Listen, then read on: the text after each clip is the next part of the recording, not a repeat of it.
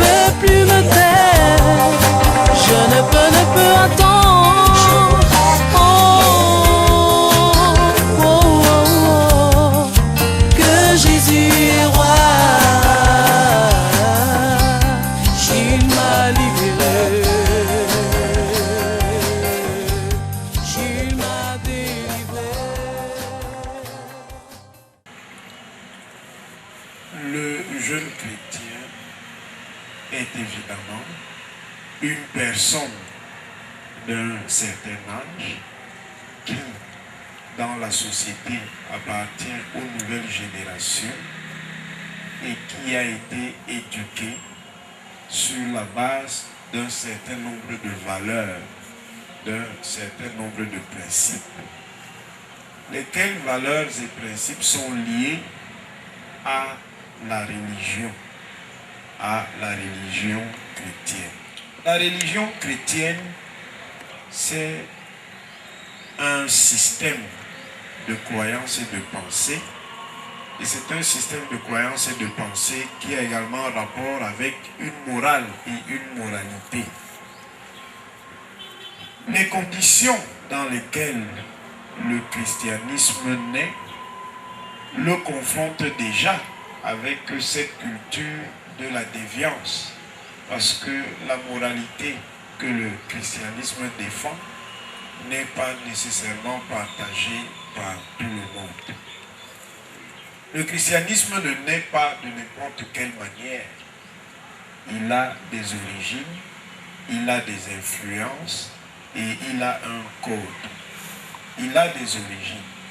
Nous savons que le christianisme naît dans ce que nous appelons de manière commode le Moyen-Orient, le Proche-Orient, sur une terre qui s'appelle Israël-Palestine. Il naît donc dans une région qui relève d'un ensemble de cultures qu'on appelle les cultures sémites. Les cultures sémites, pour simplifier, ce sont les cultures de ceux qui sont les descendants d'Abraham. Abraham lui-même, il est issu d'une ville qui s'appelle Our. Il est le fils de Terah, il est issu de Our. Our, ça se trouvait en Irak, qu'on appelait autrefois la Mésopotamie. Et il a des descendants de deux types.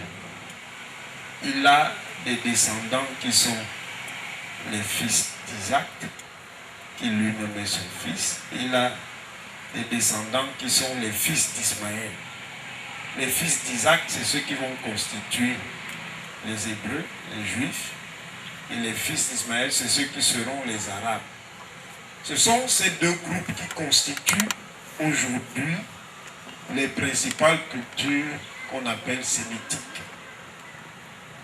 Elles-mêmes, elles sont issues, ces cultures sémites-là qui sont apparues au Moyen-Orient, d'un ensemble de métissage. D'un ensemble de métissage entre des peuples blancs qu'on appelle, ou qu'on appelait dans un certain langage, dans les sciences qui étudient l'homme, qu'on appelle l'anthropologie, les Indo-Européens. Nous ici, on les appellerait de manière expéditive les blancs. Ils sont aussi issus de peuples noirs, parce que ce Moyen-Orient a été longtemps peuplé par des communautés noires qui sont, si vous ne le saviez pas, une partie de vos ancêtres.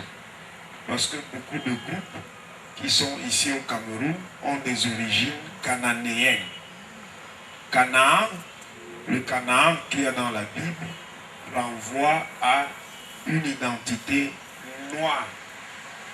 On pourrait l'appeler de manière complexe négro-afro-asiatique, c'est-à-dire ce sont des Noirs qui sont partis de l'Afrique, se sont installés dans cette région de l'Asie, d'abord en Asie du Sud, ce qui correspond aujourd'hui à un pays comme le Yémen et un peu l'Arabie Saoudite, puis se sont installés au Proche-Orient. Cette culture-là, dans laquelle va naître le judaïsme, duquel procédera le christianisme, est une culture qui a toujours eu une attitude particulière vis-à-vis de certaines conduites, notamment le thème qui a été abordé sous un angle biomédical par le docteur Bidou, le thème de l'homosexualité. Les cultures sémitiques sont très critiques de l'homosexualité. Et dans la Bible, cela revient à travers la critique qui est faite de deux villes qui ont été les symboles de cette pratique, Sodome et Gomorrhe. Il y a de manière incontestable, malgré les tentatives de justification actuelles d'un certain nombre de lobbies homosexuels et pro-homosexuels, c'est-à-dire favorables à l'homosexualité, une orientation claire, hostile vis-à-vis de l'homosexualité en général et particulièrement hostile à l'homosexualité homme-homme. Le christianisme, en tant que religion, intègre un code moral. Vous ne pouvez pas avoir ce qu'on appelle une religion, c'est-à-dire un rapport à Dieu, un rapport au sacré, sans que cela renvoie également à une morale. Quand vous êtes croyant, quand vous avez la foi dans une religion comme dans une autre, cela renvoie certainement à l'idée qu'il y a un principe, il y a une valeur qui est au-dessus du monde. Dans le langage compliqué de la philosophie, on appelle ça une valeur transcendante. Il y a une valeur qui est au-dessus du monde et une valeur qui a généré ce monde. Voilà pourquoi, d'une manière ou d'une autre, tous les systèmes religieux intègrent toujours le thème de la création du monde. Et la religion ne se contente pas de poser ce problème de la création du monde, elle pose également le problème du sens du monde.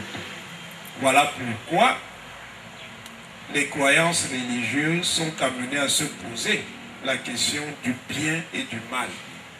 Il n'y a pas de foi qui n'intègre une orientation morale, c'est-à-dire une façon de savoir ce qui est bien et ce qui est mal. Et dans les religions du livre, donc la première est le judaïsme, sur la base de l'Ancien Testament. La deuxième est le christianisme, qui accepte l'Ancien Testament, mais donne une valeur particulière éminente au Nouveau Testament, ce qui le différencie du judaïsme qui ne reconnaît que l'Ancien Testament. Dans ces deux religions fondatrices de ce qu'on appelle les religions du livre, il y a un code moral. Et ce code moral, c'est la loi mosaïque, la loi de Moïse, les 10 commandements. Ces 10 commandements sont un cadre qui va gouverner la vie de celui qui croit en Dieu, celui qui croit au Dieu unique, celui qui croit au Dieu tout-puissant, créateur du ciel et de la terre. Ces 10 commandements qui s'expriment ici chez les Hébreux, en réalité ont une origine plus vieille. Parce qu'il y a une culture qui vous concerne, parce qu'elle est fondamentale pour vous, jeunes Africains, c'est la culture égyptienne. Il y avait dans la culture égyptienne ce qu'on appelait la loi de Maat. Maat, c'était la déesse de la justice dans la religion égyptienne. Et il y avait 42 commandements. Et parmi ces 42 commandements, il y en a 10 qui correspondent terme pour terme aux 10 commandements de Moïse. C'est ça la base de la moralité du chrétien, du rapport du chrétien au bien et au mal. Si Moïse, en tant que prophète, a eu